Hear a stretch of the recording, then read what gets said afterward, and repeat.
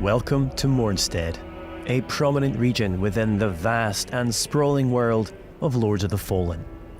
In today's extended gameplay walkthrough, we're sharing an exclusive look at just some of the diverse and harrowing areas you'll journey through in your epic quest to overthrow Adir, the demon god.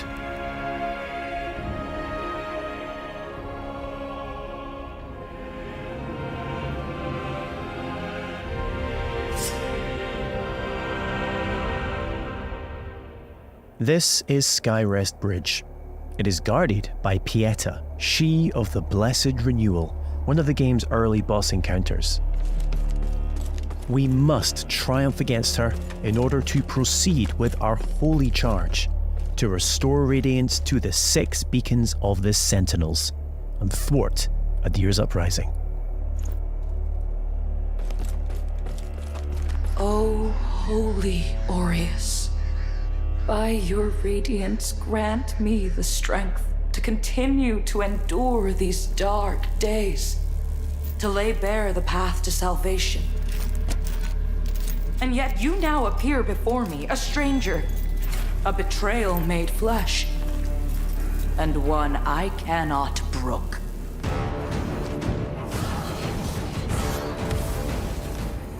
Melee, magic, and ranged abilities are seamlessly interwoven. Alongside standard attacks, you can choose between catalysts, bows, crossbows, or throwables, mapping up to 4 additional magic or range skills to your controller for immediate access. This rapidly speeds up combat and reduces the need to swap between options. As with many of the imposing bosses you'll encounter, Pieta has 2 very distinct stages.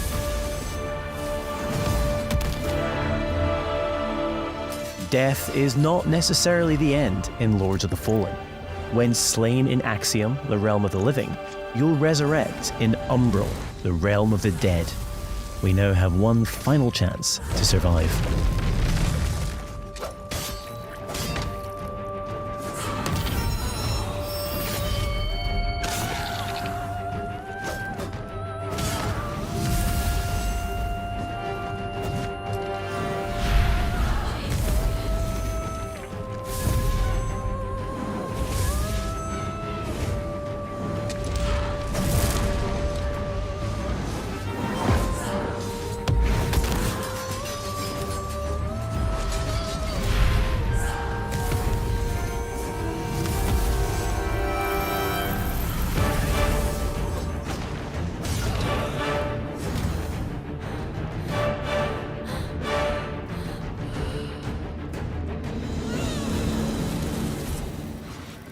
Though few and far between, these flowers denote special patches of ground upon which we can spawn a resting point, known as a vestige seedling. These come at a significant resource cost, however, and we can only spawn 1 at a time. The realms of Axiom and Umbral exist in parallel. Each world features its own unique pathways, enemies, characters, and, of course, treasures. We can now use this crafted vestige to return to Axiom.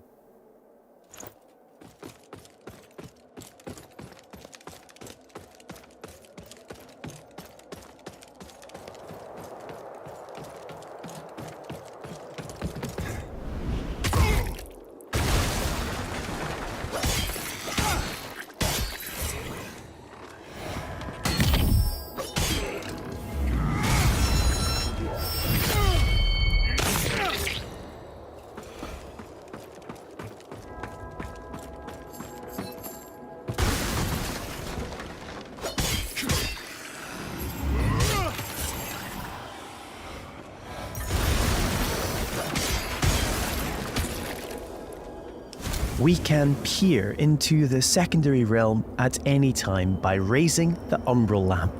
Though be advised, this also renders you vulnerable to its inhabitants.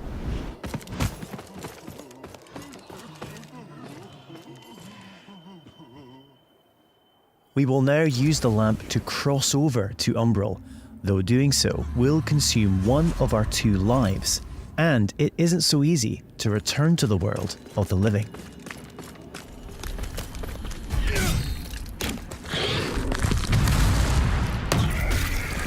Many enemies require a different approach to combat. This mendacious visage, for example, is only vulnerable when attacked from the back or when it reveals its true form.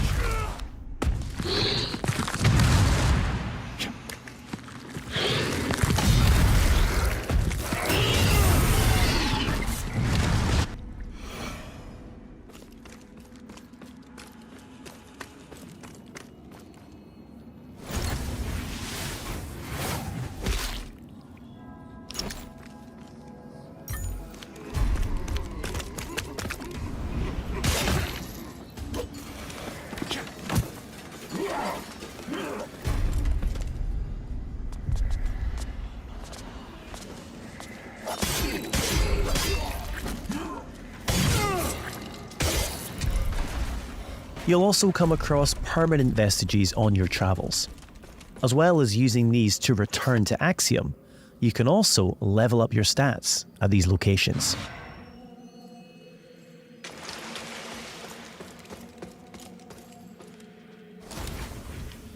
Three schools of sorcery can be mastered: Rogar, Radiant, and Umbral, each specializing in a different area of the arcane and requiring a different catalyst to cast. Our current build is adept in Rogar, characterized by devastating pyromantic attacks.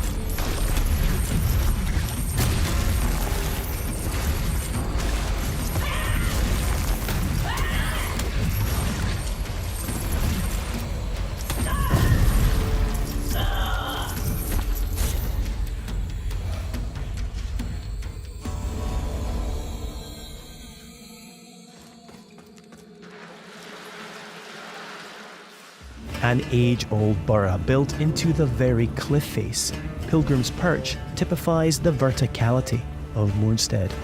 There are myriad pathways stretching both above and below, with hidden areas, treasures, and NPCs all awaiting discovery.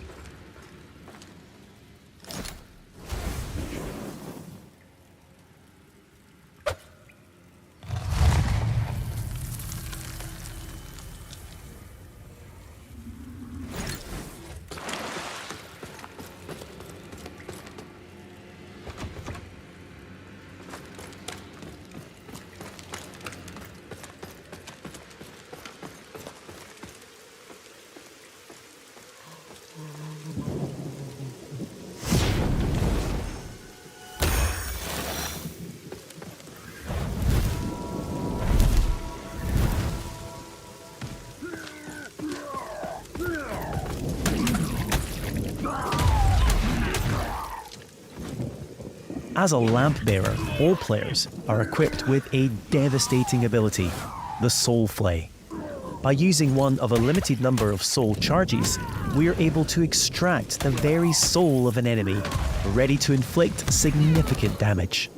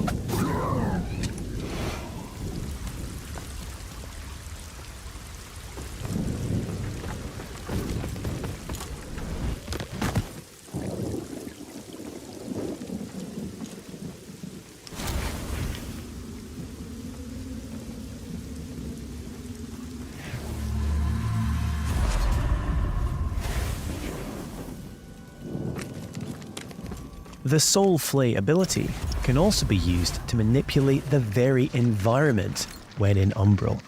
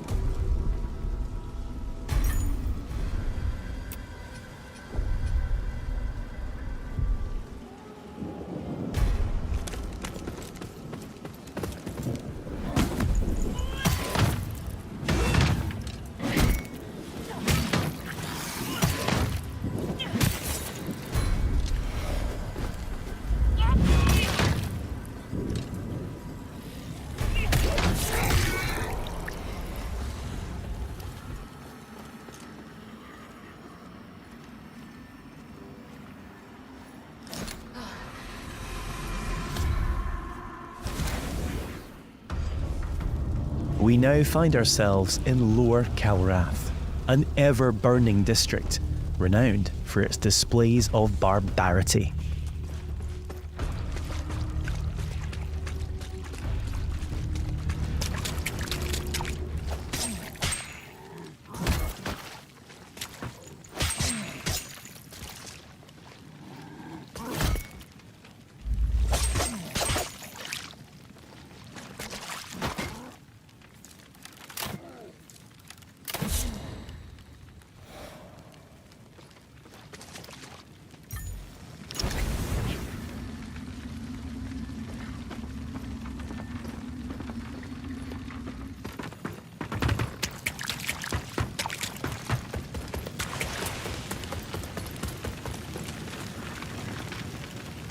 We're now going to invite a second player to join us on our journey. This is easily achieved at any of the vestiges. You can choose to fight alongside a friend or a randomly selected player.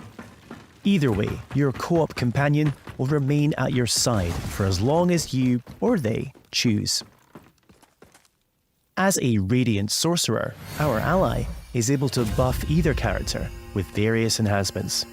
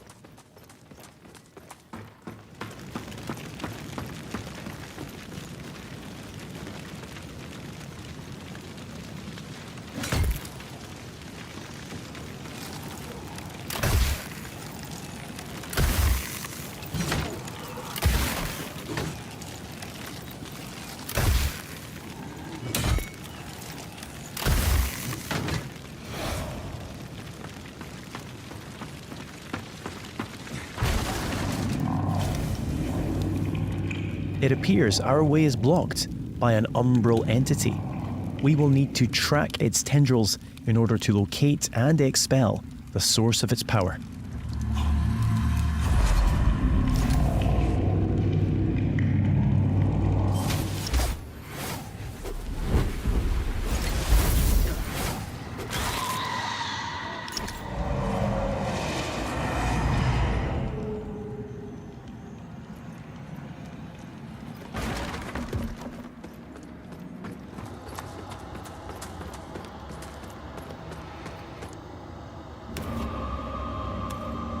Finally, it's time to face off against the colossal spurned progeny, Scourge of Calrath.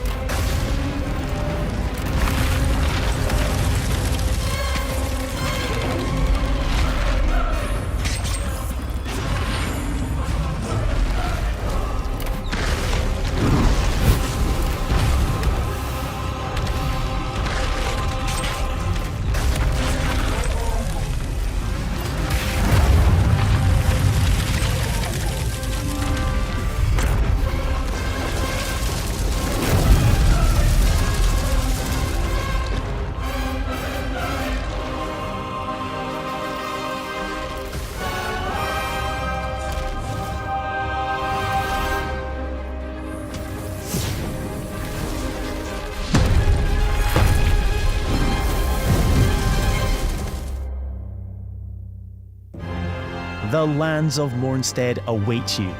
Pre-order Lords of the Fallen now and prepare to unleash the darkness on Friday the 13th of October.